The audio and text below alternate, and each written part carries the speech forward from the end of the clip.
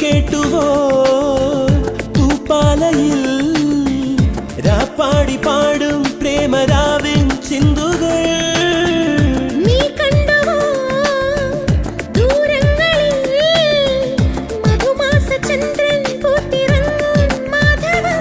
അവിടെയോ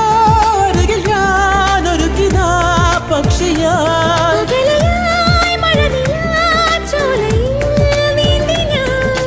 വിരഹമെന്ന പദമില്ല കവിതകളിൽ